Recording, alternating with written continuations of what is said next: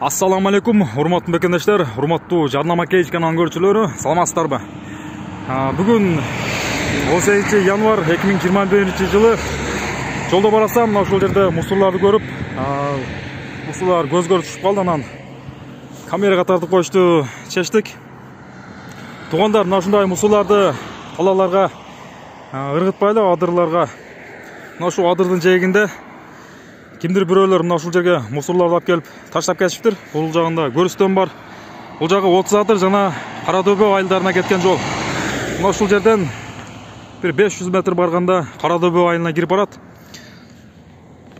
Туугандар, ушундай тазалыкты сактайлы, мусорларды кылбайлы. Бул жерден качалаган туристтер өтөт. Кыргызстан дегенде жолдогу мусорларды элестетип, ошентип калбасын. Ошондуктан күнөөгө батпайлы туугандар. Жолдун жегенде мындай магазиндерден кайсы бир жерлерден терип келген мусорлар окшойт. Бүт мусорларды ушул жерге кимдир бирөөлөр ыргытат экен. Мына ушундай кылган туура эмес. Жаратылышты сактайлы.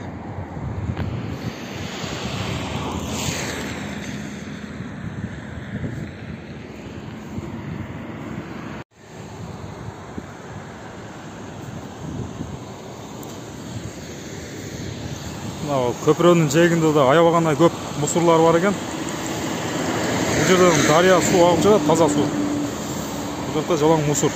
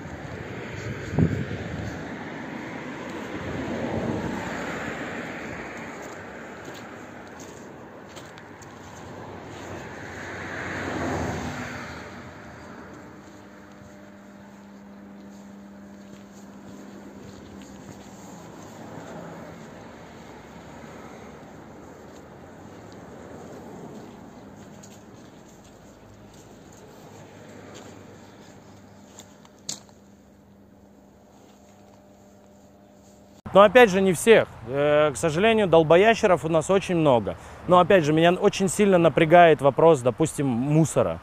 У нас, к сожалению, люди как-то вот такое ощущение, что у нас очень многие... Вот я бы хотел заметить, знаешь, такую вещь, что туристы, которые приезжают сюда, допустим, кто-то остался здесь жить, да, такие иностранцы, прочее, они почему-то нашу природу уважают больше, нежели местные жители. У меня француз один мальчик, мы его привозили, он плакал. Он на Токтагульское водохранилище приехал, а там, извините, помойка. Он вот так стоит, у него слезы выбил. Он говорит: вы что ж делаете, твари-то? Почему так грязно, такая красота? А я стою, мне стыдно. И в этот момент приезжает, прикинь, степ-вагон проезжает, и они открывают, и вот так просто мусор на дорогу выкидывают. И я такой, ёп. И мне стыдно стало, он вот так пакет берет, прикинь, француз из Марселя, и начинает мусор ходить собирать. Надо подождать, но просто, блин, люди, пожалуйста, клянусь, любите родину, это очень круто.